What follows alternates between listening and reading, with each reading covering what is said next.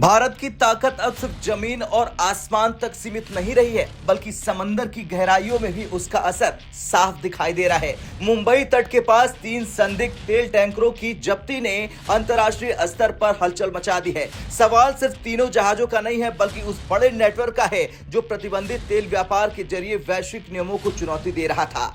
दरअसल रिपोर्ट्स के मुताबिक मुंबई तट से लगभग 100 नॉटिकल माइल्स पश्चिम में संदिग्ध गतिविधियों के बाद इन 3 टैंकरों को रोका गया। बाद में जांच के लिए इन्हें मुंबई पोर्ट लाया गया। इन जहाजों के नाम बताए गए स्टेलर रूबी, असफॉल्ट स्टार और अल जफजिया। अब मामला क्या था ये जान लीजिए। दरअसल जांच में सामने आया कि इन तीनों जहाजों के आईएमओ नंबर अमेरिका द्वारा पहले से प्रतिबंधित जहाजों से मेल खाते हैं। आईएमओ नंबर किसी भी जहाज की स्थायी पहचान होती है जो नाम या झंडा बदलने के बाद भी नहीं बदलती है। यानी शक गहराता गया, ये जहाज प्रतिबंधों से बचने के लिए नए नाम और नए झंडे के साथ दोबारा सक्रिय थे।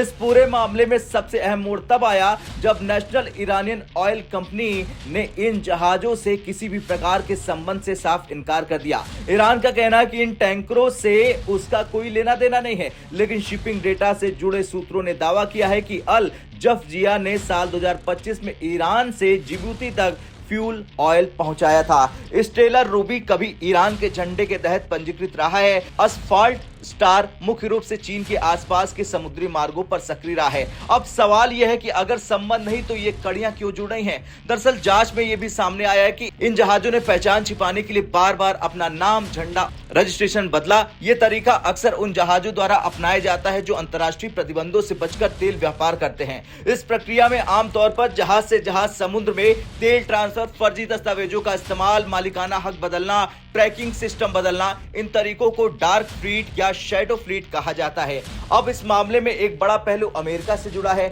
Office of foreign assets control, जो अमेरिका के ट्रेजरी विभाग के तहत काम करता है, उसने पिछले साल कुछ जहाजों पर प्रतिबंध लगाया था।